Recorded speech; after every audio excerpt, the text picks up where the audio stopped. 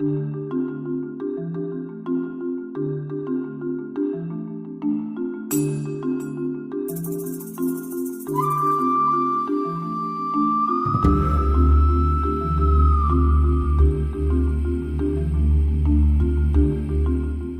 a 6-year-old, $70 is a lot of money.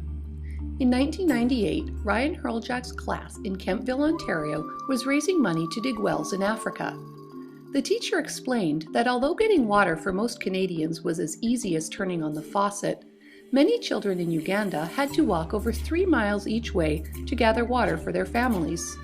Some children are walking up to 6 hours every day to get water, leaving little time for school, not to mention anything fun. Ryan's teacher explained that even after the kids put in all those hours of work, the water was often unsafe to drink. Many Ugandan children had balloon-shaped bellies from intestinal worms. Nearly 1/4 of the children had diarrhea at any given time, and life-threatening diseases such as typhoid were common. Many children died from drinking unclean water.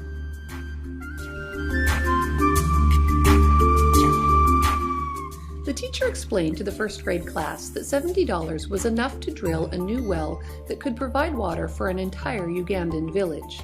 Remember, to a 6-year-old, that is a lot of money. Ryan hoped it wouldn't seem like that much money to his parents. When he got home from school that day, he told his mom and dad that he needed $70 for a well in Africa. At first, his parents didn't take him seriously, but the next night, Ryan brought it up again.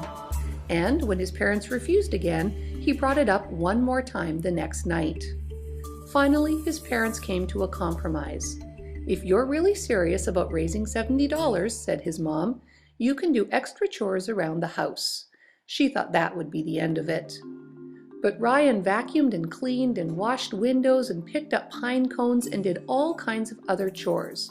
After 3 months of hard work, he had earned $35. You might remember that earning money is not easy when you're 6, and that's why, to a 6-year-old, $70 is a lot of money. By now the school fundraiser was long over, but Ryan was determined to save the money needed for the well. To help him stay motivated, he and his mother drew a large thermometer. They colored it in as Ryan earned more money and got closer to his goal. Ryan's parents wanted him to see that, with hard work, he could make a difference.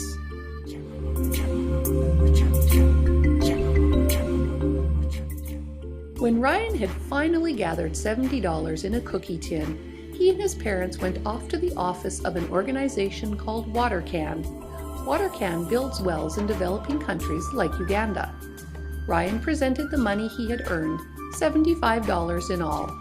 He explained that the extra $5 was to buy lunches for the people digging the well. It seemed like Ryan had accomplished his goal. His parents were happy their son had learned an important lesson and followed through with his plans to help make the world a better place.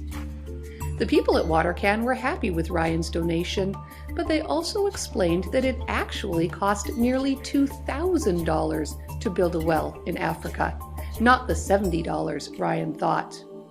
The dollar amount Ryan's teacher had told the class would only buy the small hand pump that sits on top of the finished well, not the well itself.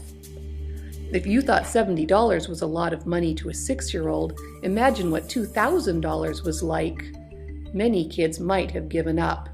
Ryan decided to do more chores. His parents were sad that Ryan would have to learn a difficult lesson, that sometimes even though you try your hardest, some things are still impossible. Remember, it took months for Ryan to earn $70. But then Ryan's story was published in the local newspaper, and his family started getting checks made out to Ryan's well.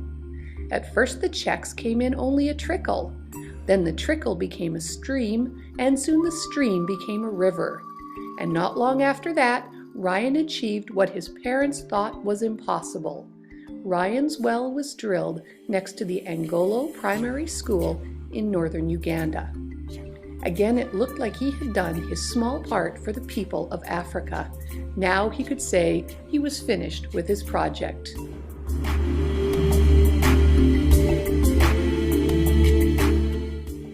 Ryan was invited to a WaterCan meeting where a speaker named Giza Shibru told the audience that he would be able to dig more wells in Africa if they had a modern power drill. Unfortunately, Giza explained the drill would cost $25,000. Now, $25,000 is a lot of money to anybody, and it's an especially mind-bogglingly huge amount of money to a 6-year-old. "I'll raise the money for that drill," Ryan said. "I want everybody in Africa to have clean water." Imagine what his parents must have thought. But the ball was rolling for Ryan Hurljack. His efforts to raise money for clean water in Africa were featured in newspapers all over North America. He also told people about his cause on TV, including an appearance on the Oprah Winfrey Show. Within 2 months, he had made $7,000, and the donations just kept coming. To date, the Ryan sWell Foundation has raised millions of dollars to drill wells in Africa, South Asia, and Central America. That's a lot of money to anybody. And more importantly, those wells provide clean water to more than 640,000 people in 16 countries around the world. In July of 2000, Ryan got to see his work firsthand. As he drove into the town of Angolo in the back of a truck with his parents and Giza Shibru, Ryan could hear the children of the village shouting his name. "They know my name," Ryan yelled. "Everybody for 100 kilometers knows your name, Ryan," Giza said. When they got to the village, the old man stood up and said, "Look around at our children. You can see they're healthy. This is because of Ryan and our friends in Canada. For us, water is life."